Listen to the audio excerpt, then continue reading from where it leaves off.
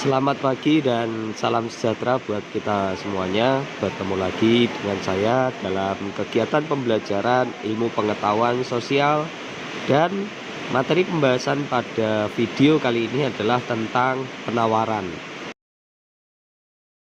Perlu kita ketahui bahwa untuk memenuhi kebutuhan akan permintaan barang dan jasa, maka masyarakat itu memerlukan ketersediaan produsen dalam memproduksi berbagai barang pada tingkat harga yang disebut sebagai penawaran.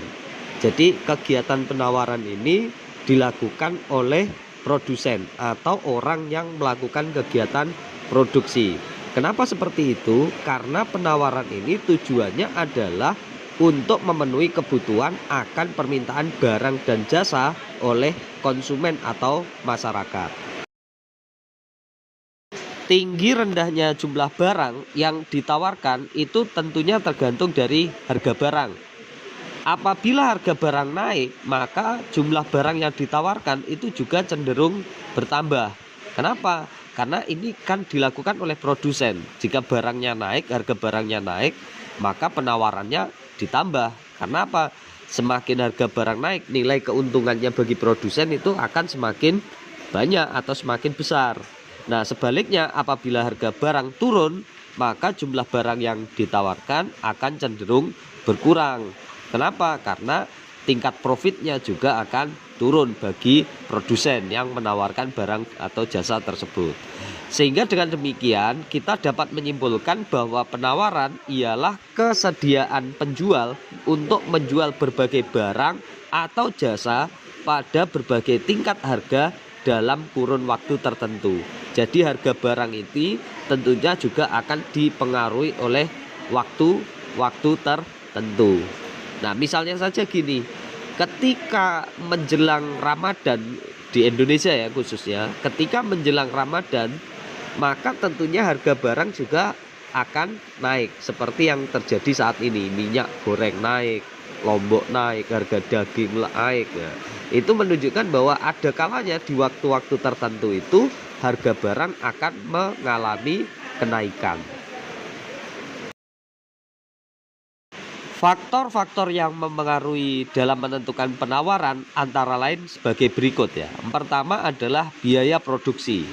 Nah, untuk menghasilkan suatu barang tentunya diperlukan biaya produksi. Nah, tinggi rendahnya biaya produksi yang dikeluarkan itu juga akan menentukan harga barang. Misalnya, apabila biaya produksi tinggi, maka produsen juga akan mengurangi jumlah produksinya. Ya, jumlah produksi barang. Sehingga akibatnya penawarannya juga akan berkurang karena biaya produksi tinggi, sehingga jumlah barang yang diproduksi itu juga dikurangi. Terus barang yang ditawarkan akibatnya juga akan berkurang. Sebaliknya, jika biaya produksi itu murah, maka barang yang akan dihasilkan juga akan semakin banyak dan penawaran juga akan semakin bertambah. Yang kedua adalah faktor teknologi. Teknologi yang kita gunakan dalam memproduksi barang itu juga akan mempengaruhi jumlah dan kualitas barang hasil produksi. Semakin tinggi teknologi yang digunakan, misalnya menggunakan alat-alat yang canggih dan lain sebagainya dalam memproduksi barang, maka kualitas dan jumlah barang hasil produksi itu tentunya juga akan bertambah. Sehingga hal ini akan mempengaruhi pada naiknya jumlah penawaran. Faktor ketiga adalah harapan akan mendapatkan laba atau keuntungan. Dengan adanya harapan memperoleh keuntungan atau laba yang banyak, maka produsen tentunya akan berlomba-lomba untuk meningkatkan jumlah produksinya, serta akan memperluas dan mengembangkan usahanya guna memperoleh keuntungan yang besar. Kemudian faktor yang keempat adalah faktor-faktor non-ekonomi. Faktor non-ekonomi ini seperti bencana alam, terus kemudian larangan impor atau kebijakan-kebijakan pemerintah lainnya yang tentunya akan sangat mempengaruhi pada faktor penawaran. Misalnya kalau suatu daerah itu terjadi bencana yang mengakibatkan akses transportasi untuk penyaluran barang dan jasa produksi itu terganggu, maka ya akhirnya menyebabkan faktor penawaran akan semakin berkurang ke daerah tersebut. Bagaimana hubungan antara harga dengan jumlah barang yang ditawarkan? Nah, jika harga barang yang ditawarkan itu naik, ya, harga barang yang ditawarkan naik, maka jumlah barang yang ditawarkan pun akan bertambah.